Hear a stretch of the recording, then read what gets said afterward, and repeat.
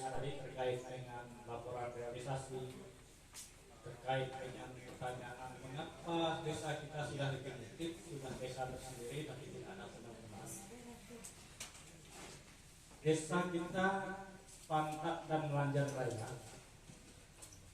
baru mendapatkan sumber pendapatan desa itu dari alokasi dana desa.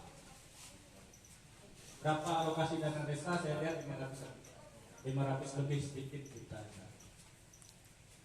Alokasi dana desa itu diambil dari dana alokasi umum kabupaten yang kalau tidak salah besarnya 10% dari dana alokasi umum kabupaten sekarang itu yang dibagikan kepada desa.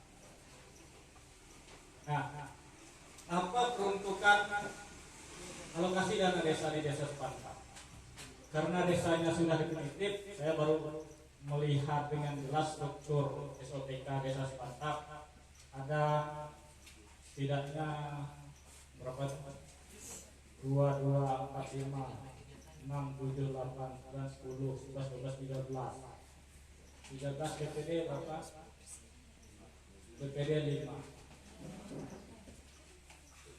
Desa wajib membayar hak-hak para perangkat desa terutama dan BPD.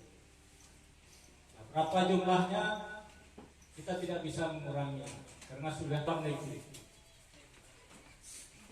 Belum register di Kementerian Desa. Itu mesti dipahami.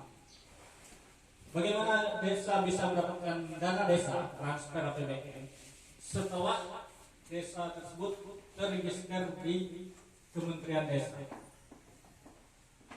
Jadi yang pertama Kementerian Dalam Negeri terkait dengan pembinaan dan segala macam. Yang kedua adalah dana desa terkait ketika dikompilasi dengan nomenklatur APBDes yang dibuat oleh Kementerian Dalam Negeri ada di semua bidang dalam nomenklatur APBDes. Itu yang pertama, perlu menjelaskan kembali apa yang telah disampaikan PTKS. Yang kedua, saya berpikir bahwa dalam beberapa bulan terakhir mungkin kita masih membenahi administrasi desa Sepantak, banyak hal, administrasi pendudukan. Sekarang masih jadi klinik posyandu. Nah, ke depan kita perlu membenahi hal-hal tersebut. Nah, terkait dengan administrasi pendudukan dan pelaksanaan posyandu balita, berapa sebenarnya balita desa Sepantak? Saya untuk administrasi pendudukan kita sudah mencoba untuk membuat urus berbasis Excel. Nanti kalau memang perangkat desa kepengen data desa Sepantak dimasukkan dalam tools itu bisa saya berikan. Satu. Yang kedua, kita sedang uji coba tools untuk mencatat kegiatan posyandu. Itu saya sendiri membuatnya. Setidaknya kita memiliki arsip dalam bentuk digital. Itu kilas balik desa Sepantak dalam 7 bulan di tahun 2023. Yang kedua, saya ingin menyampaikan kepada kita bahwa musdes penyusunan RKPDes akan dilaksanakan setiap tahun sesuai dengan regulasi, selama regulasi terkait perencanaan pembangunan desa tidak berubah. Musdes ini menjadi penting. Mengapa disebutkan ditanya dari mana, kader apa yang ada?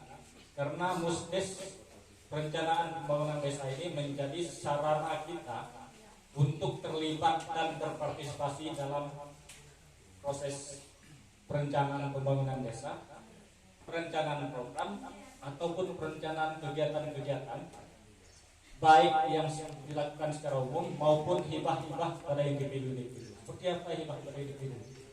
Pembangunan jamban keluarga itu termasuk hibah pada individu. Lalu untuk memberikan insentif kepada balita yang dinyatakan dalam risiko stunting, itu sudah termasuk misalnya, saya yakin kita di sini ada dulu yang menerima ketahanan pangan, mungkin ada yang dalam bentuk individu juga. dalam dalam siklus perencanaan pembangunan desa ini, hasil dari siklus ini nanti akan berbentuk dokumen penyusunan PKP desa yang kekuatannya secara hukum ditetapkan berdasarkan peraturan desa. Ini menjadi penting mengapa? Karena di dalam pasal 79 Undang-Undang Desa Nomor 6 Tahun 2014 ayat 4 itu menyatakan bahwa peraturan desa mengenai RPJMDes dan RKPDes adalah satu-satunya dokumen perencanaan yang ada di desa. Kalau saya salah kutip, mohon dibuka Undang-Undang Desa Nomor 6 Tahun 2014 itu pasal 79 ayat 4.